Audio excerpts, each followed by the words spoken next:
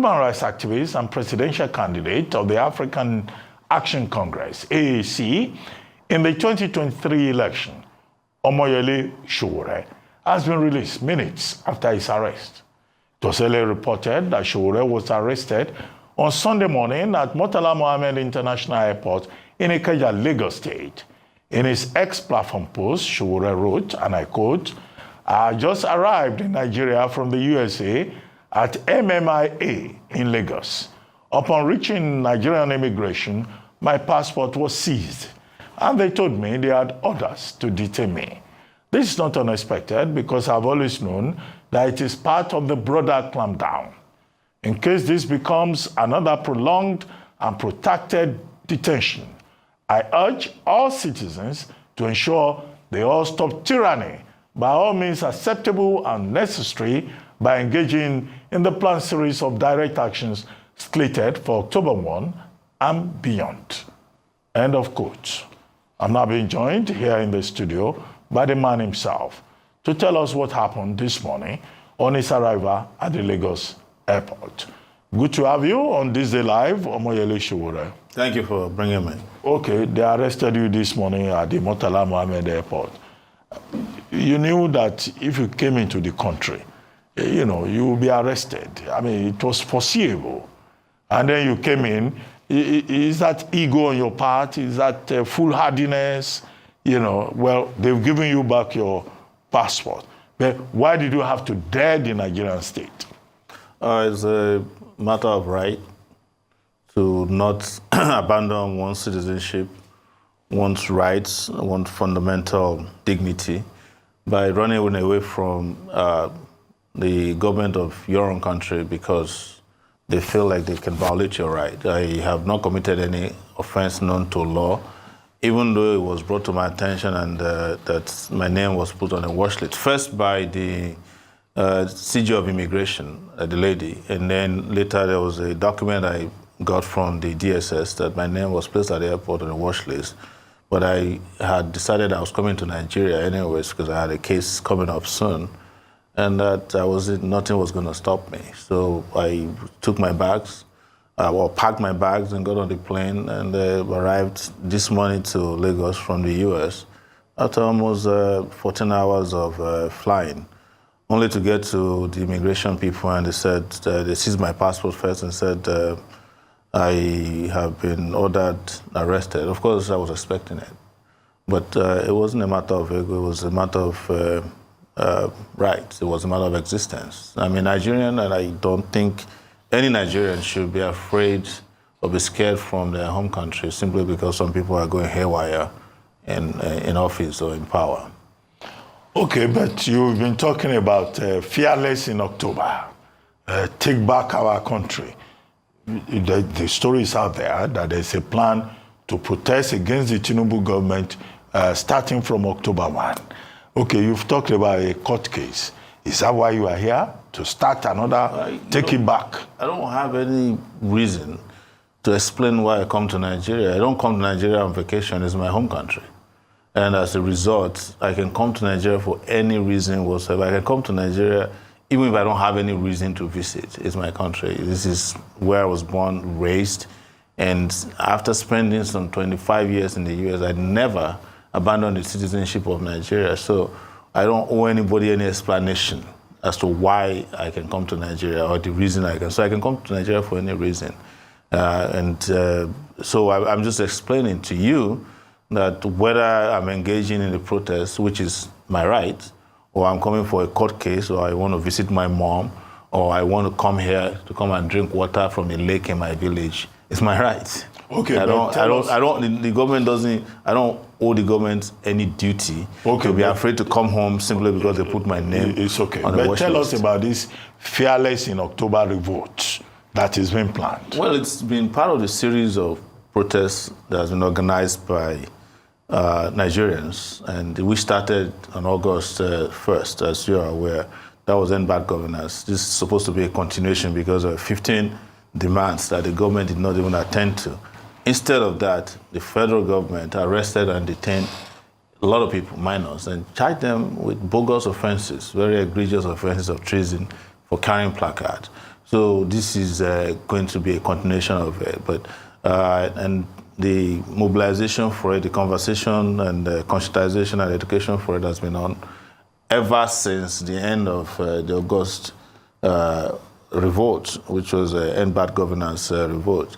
So everybody's aware, the government was aware of this, and everybody should be preparing for it, because it's a matter of right that Nigerians have a duty to just not allow this government to obliterate them with hunger, starvation, and incompetence. But Sowore, are you aware that under this Tinubu administration, Yes, where you carry placard is treason? You are toying with treason. About 10 people who had been arrested, they were charged for treason. They were remanded in Kuje prison. They've been granted bail to the tune of 10 million naira. So what kind of spirit will bring you back to say you want to commit treason, knowing that they will come after you and they will put you in Kuje prison, where they seem to have enough space to house people like you? It is treason to arrest, detain, and falsely charge citizens of crimes they have not committed. And it's not the first time I was accused of treason. In fact, I heard about the offense of treason in 1992 at the University of Lagos, when we went and did Babangida Must Go. And the police arrested us at Western Avenue Police Station, asked us to start writing statements under duress and said that we want to overthrow the government. That was the period that Olusegun Mayegun, who was president of NANS at that time, I think Femi Falana, Baba Omojola, and the rest of them were charged for treason. And the magistrate court did grant them bail. I was charged for treason in 2019 by Buhari, so I'm not new to treason, these bogus offenses of treason. But that is not our focus. Our focus is that we have a country to liberate and a people to save. So whatever offenses are thrown our way, it should not discourage us. It's up to the people to determine what constitutes the offense of treason. And in this situation, it is the Tinubu regime that is committing treason. And I must say to you also that in 1994, Tinubu was accused of treason. If you remember, when he was accused of bombing Ejigbo depot by Abacha. So that was why he left Nigeria on exile. But in our own case, we are not going to go on exile simply because the government is afraid of placards. Well, you were presidential candidate in 2023 on the platform of the African Action Congress. President Tinubu has now said, look, there's a government to run. Politics is over. All the things that Nigerians are experiencing, these things are inevitable. Hard choices have to be made. And the Nigerians should be ready to make sacrifices. But, you know, some of you are still acting as if the election is still on. Well, so why? We're not running an election. They never even had an election in the first place. But that's a conversation for another day. What we're saying is that the issue on ground is existential. And everybody's talking. Even the other day, I saw some elders, including the former Secretary General of the Commonwealth, who went to Tinubu and said we should bring about a new constitution, which is one of our demands, by the way. We talked about minimum wage. We talked about wastage in government. So you're asking people to tighten their belts, you know, that they should just tarry a little. But you are there buying yourself a private jet of $150 million. You are renovating homes of your VP for $21 billion. Everybody in the Senate and everybody in the National Assembly got an SUV that cost $150,000 each.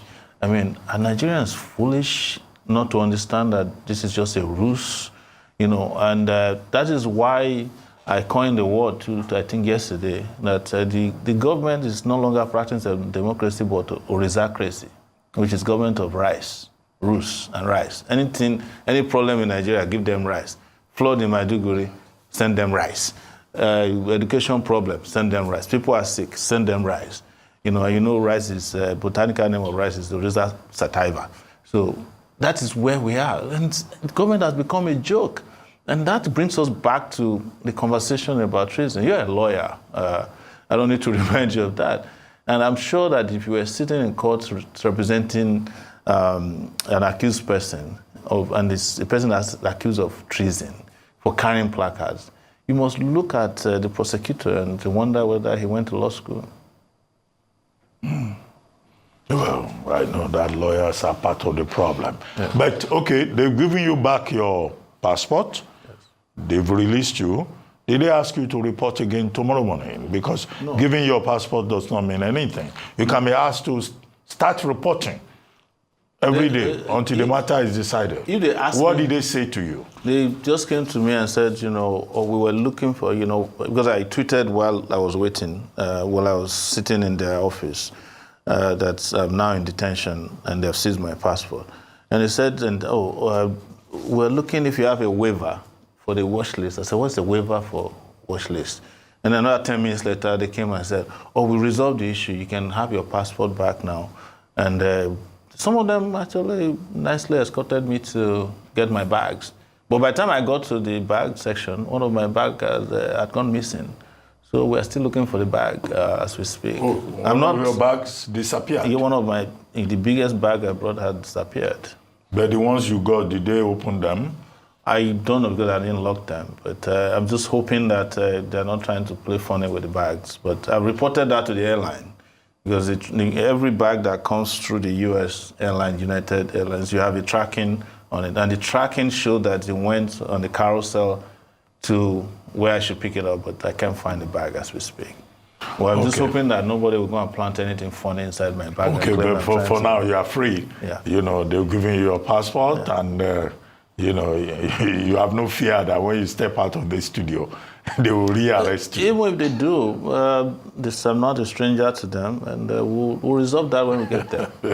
Anyway, thank you very much. Thank you so much. Omoyele Sowore, presidential candidate of the African Action Congress and a human rights activist.